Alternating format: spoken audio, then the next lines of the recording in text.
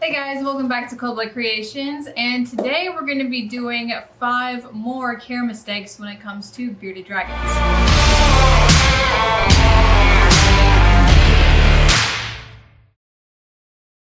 Now, some of you guys have saw our old video and have asked us to update it with some new information. And we can do that because you guys have sent us so many questions over the years that we've kind of figured out 5 more things that people are really doing After all the Facebook questions, Instagram, YouTube comments, all that stuff. So we are prepared for a part 2.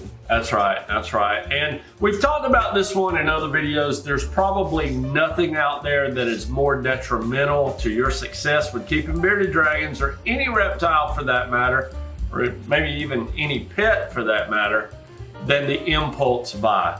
So many people walk into a pet store, they see an animal that looks cute, and without doing any preparation ahead of time, they make the purchase, they go home, and they wing it. Yeah. And that's where we get the majority of the questions and the panic attacks.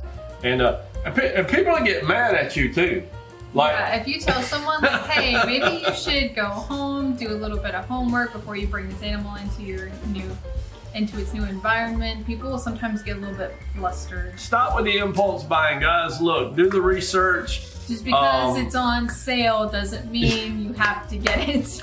First of all, if it's on sale, there's a reason why it's probably on sale. True. It ain't eating for them, so they want to hurry up and get it out of that store before it dies. So if you go ahead and do your research, then you can stop watching this video right now, because everything else we're going to talk about, if you don't make an impulse buy, you're probably going to go ahead and see some of the top mistakes people make. So that's the number one.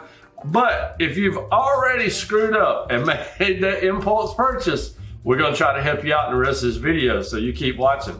Now, probably the number 2 mistake people make, and I say this because, guys, I am not exaggerating. You check Instagram messages most of the time. Most of the time, I will check Facebook messages. Some other people will check, YouTube comments, messages, whatnot. We all kind of pitch in different places, but the number 1 question we get usually starts with, hey, I bought this dragon from PetSmart or Petco or Pet somebody.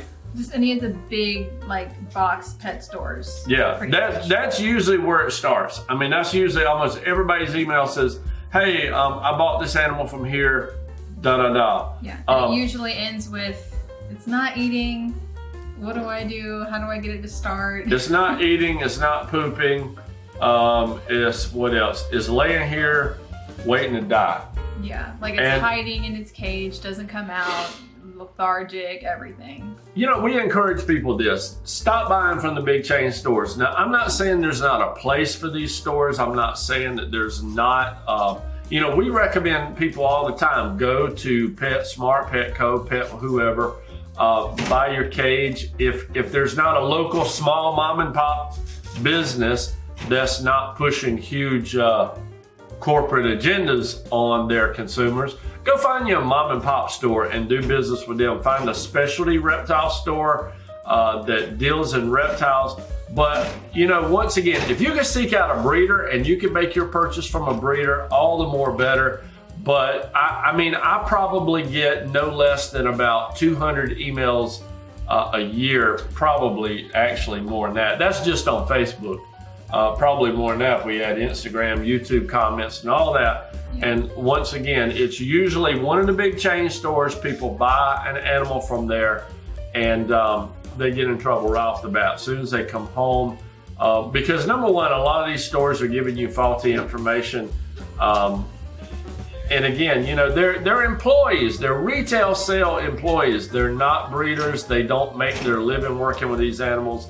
So, they're just going to tell you most of the time. Now, that's not to say that everybody that works at these stores don't know what they're doing, because there are some reptile people at these stores. They do know reptiles, and they do try to give people some good advice. But by and large, most of them were just somebody that said, hey, I need a job.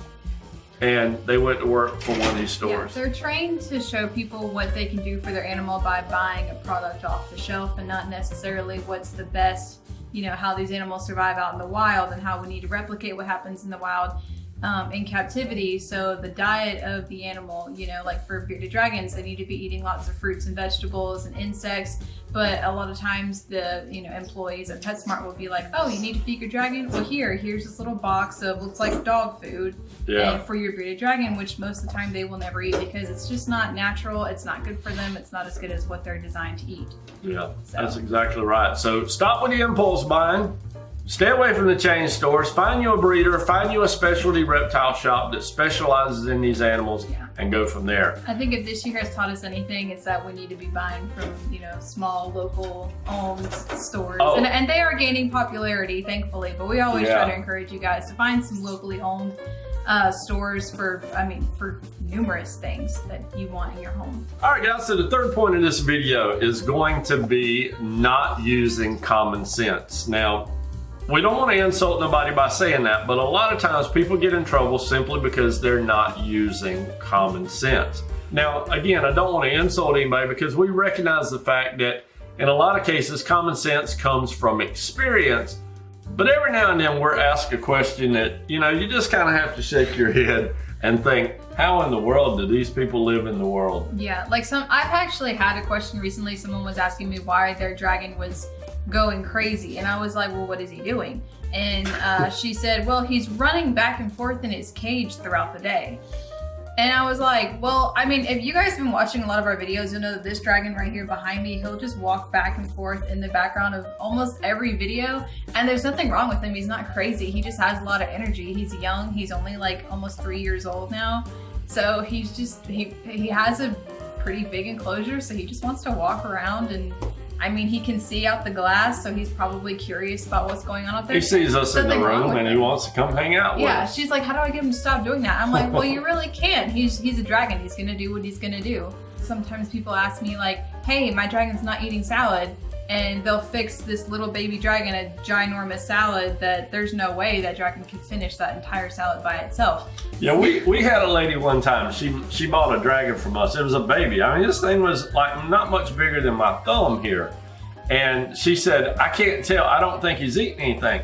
And I said, well, how much salad are you feeding? She said, about an 8-ounce cup full. Yeah. And I'm thinking, how would you know if a dragon that big was eating a salad that would fill up probably this cup? Yeah. Sometimes before you go to someone and ask them a question, or before you go to Google, just try to think common sense. Some of these problems. Common sense may just be your solution. Some people might think something's a problem and it's really not. And some of it though is not, there's not a right or wrong answer. Like you'll see people they'll post like on Facebook and they're very adamant, like you should feed your bearded dragon 10 crickets every feeding.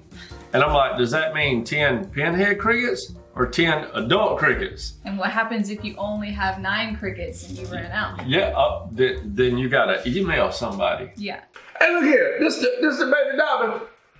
Look, I just rescued this little baby human, and I need to find out how many French fries I'm supposed to feed this thing, because I don't want him to get impacted. Well, what temperature I'm supposed to keep him at? Hey, yo, look here, player. All this kid do is make noise all day. Is that normal? Hey, yo, look at Doc. Don't hang up on me, man. Last question. I swear, player. I can't get this boy to eat his collard greens. So, no, it's common sense, Obviously, if your dragon's eating little tiny crickets, it can eat more. Same with roaches.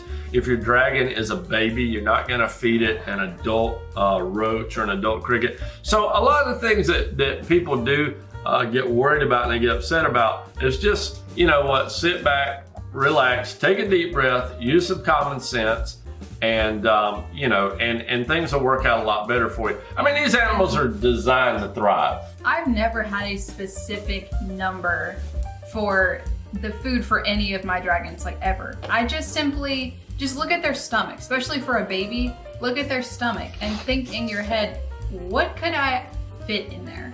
You're not gonna fix a giant salad like this big for a dragon that's this big. If you got a baby dragon, you're giving him a cup full of salad. That's like your kid saying, I want a steak, and you throw a cow on his plate. Yeah, like you're not gonna give a baby a Big Mac, okay? Like. Anyway, all right, guys. Yeah, we're having a little fun now, but you guys have common sense. Probably the best one we've ever had was that lady that messaged us and was like, hey, my kid sprayed our dragon's head with cleaning solution. What do we do? Yeah, keep your kid away from your bearded dragon. So, all right, before we get everybody mad at us, we better go on to our fourth point. Fourth point. There we go. Feeding a boring diet. Feeding a boring diet. Now, this is especially true when it comes to salads, but it can be true with insects too. Yeah, that's true. I mean, think about it. Like, if you eat the same, well, for some people, your old boss ate taco soup for breakfast, lunch, and supper every day. I didn't know that till just recently. But most human beings are not that boring. Yes. Neither are dragons. Yeah. So, I mean, think about it. If you ate the same thing for breakfast, maybe even for dinner as well, every single day, eventually you're going to get tired of it. You're just, you might even skip it because you're like, I'm just so sick of this. I don't want it anymore. Unless it's fried chicken. Now, if it's fried chicken, we might can make an exception. But by and large, your dragon is going to get bored with eating. If you make him a salad with collard greens or mustard greens and carrots every single day, and then after a while you're like, my dragon used to eat salad, but now he doesn't eat it anymore. I don't blame him. I wouldn't eat that salad either. If you offered it to me, I'd be like, I don't want no salad with nothing but greens and carrots. So mix it up. Make it, I hate to say like you ladies say, make it pretty. Okay, actually, I just posted on Instagram, and I like yesterday of a bearded dragon and like the different salads that I had prepared that week. Honestly, it is kind of fun. He's making fun of me, but I will. Their salads look nice and they're different every time I make them. So, and we're fortunate enough, we have a garden, so we grow a lot of our own vegetables. And if you know someone that also grows, local fruits and vegetables, it's just nice to go and pick and keep them for yourself, keep them for your animals. So we do that a lot. So, one day maybe have squash, carrots, the next day maybe some banana peppers, bell peppers, blueberries, things like that are in season right now, so they taste even better. Maybe switch up the greens. One week you can do collard greens, next week you can do mustard greens, and then with our insects you could do super worms, crickets, mealworms, dubia roaches, whatever. Just switch it up so that they enjoy their diet, just like you would. Now, last but not least, this is probably one of the biggest issues that we see people have with bearded dragons. Now, if you watched our first video on bearded dragon care mistakes, we talked about not putting water bowls into your dragon cages if you live in an area like we do. Now, I've gotten a lot of email, what about me? I live in Arizona. What about this? What about that? The question is not whether or not to keep a water bowl in the cage. The question is, can you keep a water bowl in the cage without raising the humidity too high? But a lot of people, after watching that video, removed the water bowl and just thought, somehow or another, these dragons were going to absorb moisture out of the air. You still have to get water into your dragon. Dehydration is the biggest or the fifth mistake in this video that we're going to talk about. And it's a very common problem. We've heard people say, well, I took my bearded dragon to the vet and he was, what they call it when their bowels back up. There's a word for it. Huh? No, not constipated. Impacted. Everybody uses it was impacted. It had impacted. Or it ate sand and it was impacted. Or it ate mealworms and it was impacted. Sand, mealworms is not the issue. The issue there is dehydration. If your bearded dragon is dehydrated, just like us as human beings, he is going to get impacted or constipated, if that's the word you want to use. Their body's not going to function very well. You have got to get sufficient amount of moisture. Bearded dragons in the wild drink from the dew that falls on vegetation naturally every single morning. So they are getting moisture every morning. We've got to find a way to mimic that in captivity without the use of a water bowl if you don't keep one in your enclosure. Yeah. You do that every day. Yeah, well, for the babies I do. For the adults, When they're younger, they require more water than they do when they're older. So when they're babies, I'll usually take a spray bottle every single morning and I'll spray them on top of the head, and whatever drips down, they'll drink it.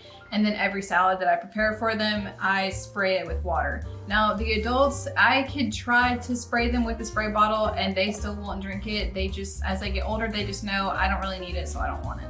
So the most of their water just comes from me spraying every single salad that I give them with water. I make sure it's very moist and I put it in there, and that's really all they need. Now, there's going to be people watching this video, and this is what they're going to say. They're going to say, yeah, but I read in a Facebook group that you can't spray bearded dragons on the head because they'll die. Well, I've also heard as if it don't from rain. Facebook groups that you can't feed them mealworms, and I've been feeding dragons mealworms for 5 or 6 years. Yeah, as if it never rains and gets them wet. Yeah. In their natural environment. Be cautious with your Facebook groups. Sometimes they don't use common sense. I have had people say that. They say, well, if you spray water on a bearded dragon's head, it's going to get sick and die. And I'm like, what do they do when it rains? We've been spraying dragons on top of their head, baby dragons, for many, many years. We've never, not one time, had a bearded dragon that acted like they didn't like it. I mean, they start lapping that water off their face immediately. When they first come out of the egg, they might act skittish and run away from it, but it doesn't take long at all for them to recognize. Like when I come out to the shop, and they can see me from outside the cage, sometimes they'll even run up closer to the cage because I know, oh, that's the person that gives me water and food every single day. Sometimes they'll even start to fight over the spray bottle. That happens. So they just have to learn who and what gives them water and who gives them food, and then eventually they're not going to have any issues. So the only time your dragon will ever run away from you when you're spraying it is just when they're a baby and they're a hatchling and they don't know what's going on yet. Another thing you can do is just soak your dragons at least once a week just to clean them. And they can also drink the water from the bathtub or whatever you're putting them in to soak in. And this also helps if your dragon is having trouble with shedding, which is another sign of dehydration, is if it's really, really hard for them to shed. I don't really find this in adults, more so in babies, but just put them in a tub filled with lukewarm water about up to their elbows, and then you can even take a spray bottle and make sure that, you know, every inch of them gets nice and soaked, and then that should take care of that excess shed. And you can do that every day up until that shed comes completely off of the dragon. A lot of times people think, my dragon's got tail rot, and basically what that dragon has is unshed skin on its tail. A dragon that's well hydrated, through spraying their greens, misting them on the head when they're young, giving them sufficient amount of moisture through soaking, those things will have no trouble shedding their skin.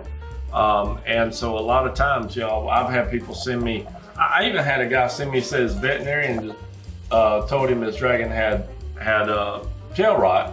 And I told him to soak his dragon and run his fingernails down the tail, and he said, well, the skin came off. And I said, there you go.